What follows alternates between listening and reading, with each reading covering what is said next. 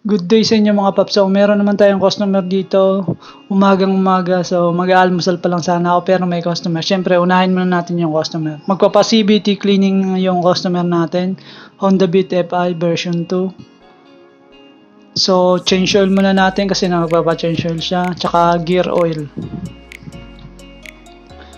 So, ayan na titingnan natin yung oil niya. Ito yung gagamitin natin, Caltex Sabolin. So, Pares na yan boss, Pares na yan.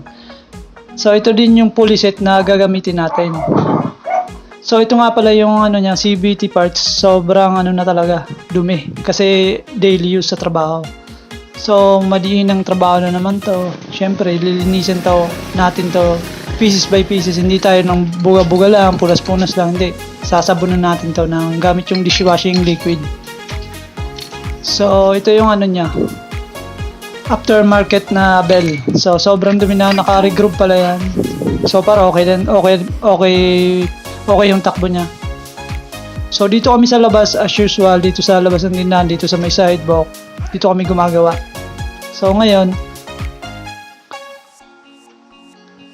sinasabong ko na dito yung mga parts, lahat ng parts ng CVT, yung sa torque drive, lahat, basta lahat, kalas talaga lahat. So meron ako ditong dalawang ginagamitan na mapaglagyan. Yung isa is yung nakababad na yung para sa pangtanggal ng ng mga bula, mga sabon or pang finishing na natin. So dito medyo umuulan-ulan eh. Pero okay lang, hindi naman natuloy.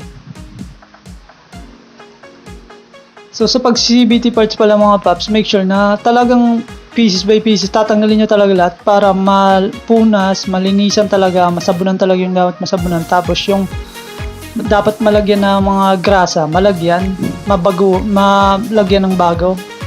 Aalisin mo yung dati, tapos lalagay ka ng high temp grease para hindi masyado matunaw kasi mainit yung CVT kasi ginagamit syempre. Tsaka huwag kayong magmadali kapag nagsi-CVT. Tsaka make sure na yung pinakamaliit na parts, huwag nyong wawalain o kakalimutan mga paps. Mahirap na. Mahirap mas maganda, mas mabilis magbaklas kaysa sa pababalik kasi minsan nakukulangan ng mga tornilyo or pin or lock or something. Basta yun lang ang pag-CVT mga paps. Kasi pag nag-CVT ako dito, parang ginagamit ko sa pag ina-apply ko yung ginagawa ko sa motor ko. Hindi ko minamadali. Talagang linis talaga. Pulido talaga ako dito sa shop. Ako lang ang pinakamura dito eh. So, tinulungan na tayo dito ng customer na gano'n na siya, tanggal na siya ng ibang mga tornilyo kasi magpapalit din ng fuel filter dito eh.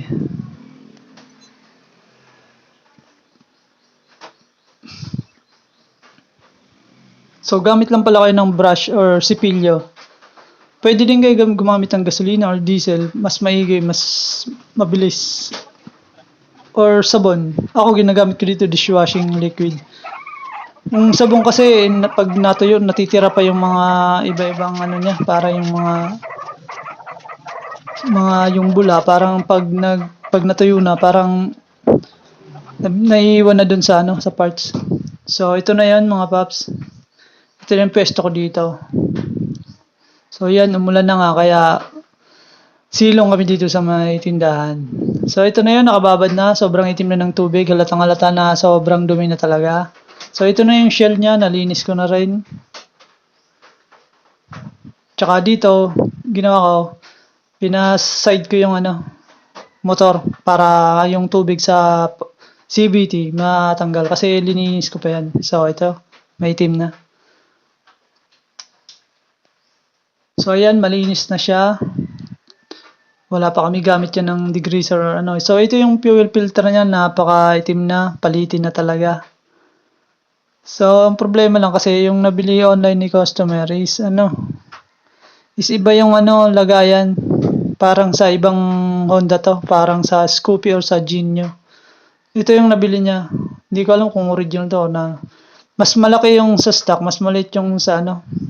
After yung binili niya.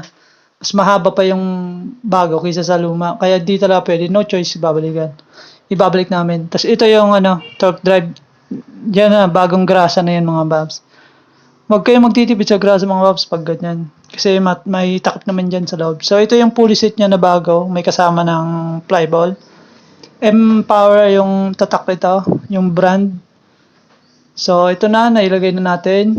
Okay naman yung ano niya. Yung pagkakalapat ng belt. Goods naman yung tunog. Sobrang smooth na. So, ayan na nga mga paps, sobrang smooth na raw, wala nang mga lagitik or ano. So, maraming salamat sa inyo mga paps, satisfied customer na naman. So, subscribe na lang po.